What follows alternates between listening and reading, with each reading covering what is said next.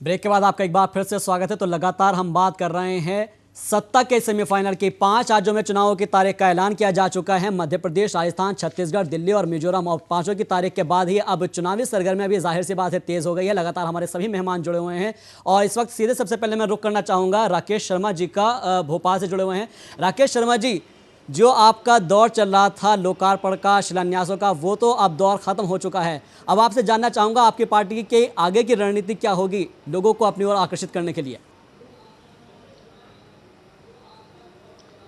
सहवाग जी, सबसे बड़ी बात मैं ये कहना चाहता हूँ आपके मंच से कि पिछले 5 वर्षों से हमने जनता के बीच कार्य किया है जी। भाजपा ने जनता के बीच रही है भाजपा, और भाजपा सरकार ने जनता के बीच कार्य किया है। इसलिए हमें कोई चिंता नहीं है चुनाव की।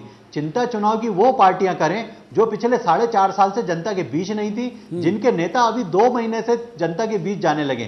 तो ये चुनाव का हो सकता है उनके लिए हुआ हो। तो सीधे तौर पर आप किस पर निशाना साध रहे हैं? आप 2 महीने की बात कर रहे हैं, यहाँ पर किसके ऊपर निशाना साध रहे हैं फिलहाल आप? मैं सीधे सीधे निशाना साधना चाहता हूं सिंधिया जी, कमलनाथ जी पे, जो पिछले 4.5 साल से कहीं नहीं दिख रहे थे कांग्रेस के नेता।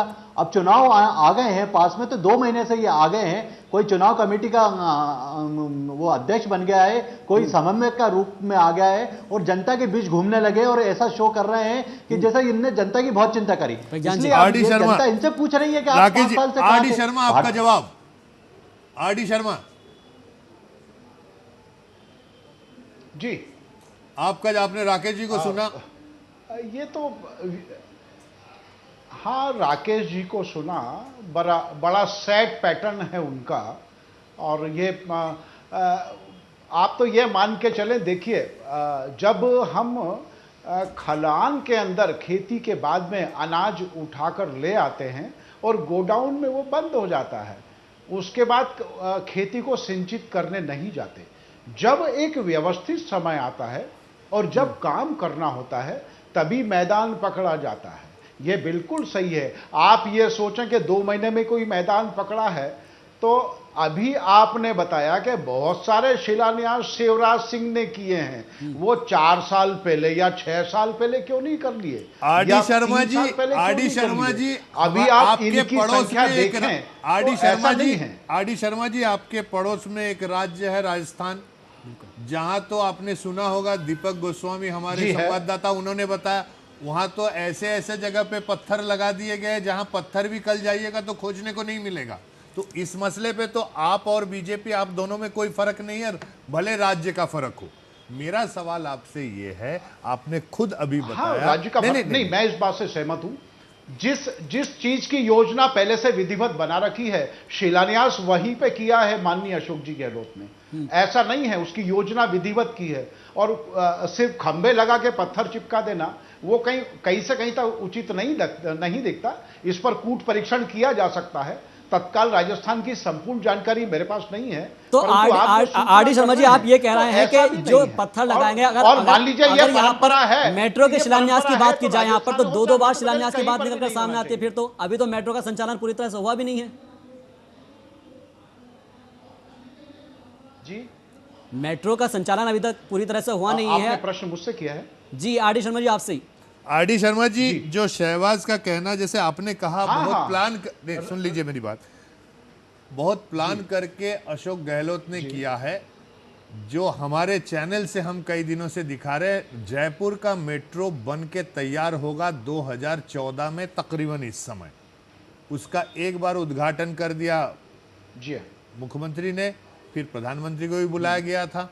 क्या आप इसको प्लान्ड कहेंगे? अगर ये प्लान्ड है तो शिवराज सिंह चौहान की सारी घोषणाएं भी प्लान्ड है, तो उसमें आपको क्या प्रॉब्लम है? अगर आपकी गलती सही है तो शिवराज सिंह की गलती भी सही है। ऐसा जी देखिए सर, किसी भी प्रोजेक्ट को, किसी भी बड़े भवन को बनाने के लिए शिलान्यास है, और उसके बाद जब कोई एक लेयर या एक स्टेज कंप्लीट होता है तो भी इनॉग्रेशन के लिए बुलाते हैं कि साहब ये कार्य हमने पूरा कर लिया है।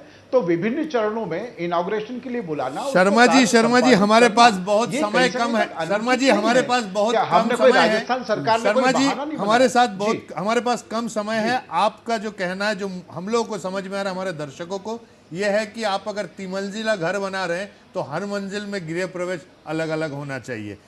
हम जाना चाहेंगे डॉक्टर साहू के पास। चंद्रकर साहू जी, छत्तीसगढ़ में क्या हाल है? छत्तीसगढ़ में हर अधूरे कार्यों का लोकार्पण किया जा रहा है। कार्य पूरा नहीं हुआ है, लोकार्पण हो रहा है। कहीं प्रशासकीय स्वीकृति नहीं मिली है, फिर भी शिलान्यास के पत्थर लगाए जा रहे हैं।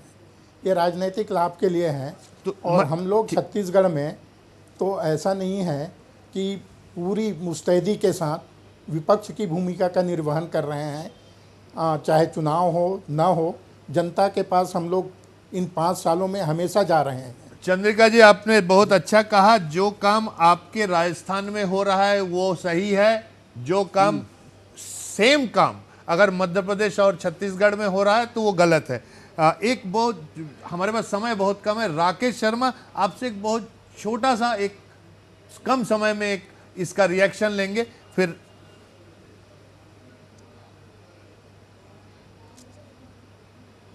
राकेश शर्मा जी, आप सुन पा रहे हैं? देखिए, मैं एक निवेदन यहाँ से ये करना चाहता हूँ कि अगर आज हमारी मध्य प्रदेश सरकार ने या छत्तीसगढ़ सरकार ने कोई कार्य किए हैं तो उसका हम लोकार्पण कर रहे हैं। हम तो कांग्रेसियों को चैलेंज दे रहे हैं ना कि आपकी केंद्र सरकार है, पिछले 10 साल से एक ऐसी उपलब्धि बता दीजिए जनता के बीच कि हमारी इस केंद्र सरकार ने ये किया, उसका बखान करो ना। आज हमारी मध्य प्रदेश सरकार ने अगर विकास के कार्य किए हैं, छत्तीसगढ़ सरकार ने विकास के कार्य किए हैं, तो हम उसका गुणगान कर रहे हैं, लोगों के बीच जा रहे हैं और लोग उसको एक्सेप्ट कर रहे हैं। बिल्कुल। आरडी शर्मा जी, आपकी प्रतिक्रिया चाहूंगा बस इस पर एक छोटी सी। राकेश जी, यदि केंद्र सरकार की योजनाओं का बखान करना या उनका विवरण देना शुरू कर दिया ना तो 24 घंटे आपको यहीं पर बैठा रहना पड़ेगा स्टूडियो में। बिल्कुल 24 घंटे के लिए हम आपको बुलाएंगे, बिल्कुल बुलाएंगे, लेकिन फिलहाल हमको वक्त इजाजत नहीं देता है। आरडी शर्मा जी, बहुत बहुत शुक्रिया आपका भी। राकेश शर्मा जी, आपका भी बहुत बहुत शुक्रिया। इसके अलावा प्रज्ञान भट्टाचार्य जी, आपका भी बहुत बहुत शुक्रिया। और हमारे जितने भी संवाददाता जुड़े थे सभी का बहुत बहुत शुक्रिया। तो कुल मिलाकर यहाँ पर देखा जाए तो लबोलुआब यही निकलता है कि राइट टू रिजेक्ट का जो यहाँ पर एक ऑप्शन आया है वो वाकई में बेहद दिलचस्प है और ये वाकई आने वाले चुनाव के अंदर असर डालने वाला है, क्योंकि जाहिर सी बात है कि अगर मतदाता खुश नहीं है अपने नेता से या अपने विधायक से, तो ये देखना अहम होगा कि आने वाले विधानसभा चुनाव के अंदर सत्ता के अंदर कौन आएगा, सत्ता की चाबी किसके हाथों में सौंपी जाएगी। फिलहाल के लिए स्पेशल में इतना ही। दीजिए इजाजत, नमस्कार।